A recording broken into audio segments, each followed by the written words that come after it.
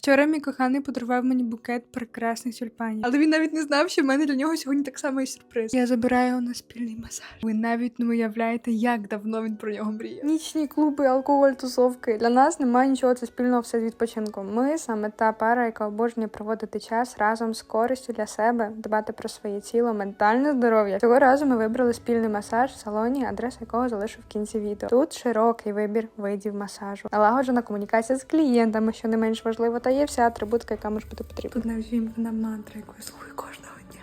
Які сам твої очікування? No, będzie cudowny na pewno.